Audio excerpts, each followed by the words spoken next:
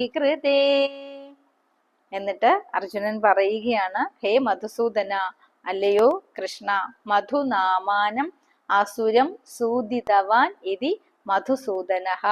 മധു എന്ന അസുരനെ കൊന്നവൻ മധുസൂദനൻ. ഘ്നതഃ അപി, ഹനിക്കപ്പെടുന്നുവെങ്കിലും, ഏതാൻ ഹന്തും, ആര് ഹനിക്കപ്പെടുന്നുവെങ്കിലും, ഞാൻ, അർജുനൻ തന്നെ പറയാണ്, അർജുനൻ ഹനിക്കപ്പെടുന്നുവെങ്കിലും, ഏതാൻ ഹന്തും, ഇവരെ, ഈ സ്വജനങ്ങളെ ഹനിക്കുവാൻ, അഹം ന ഇച്ഛാമി, ഞാൻ ഇച്ഛിക്കുന്നില്ല.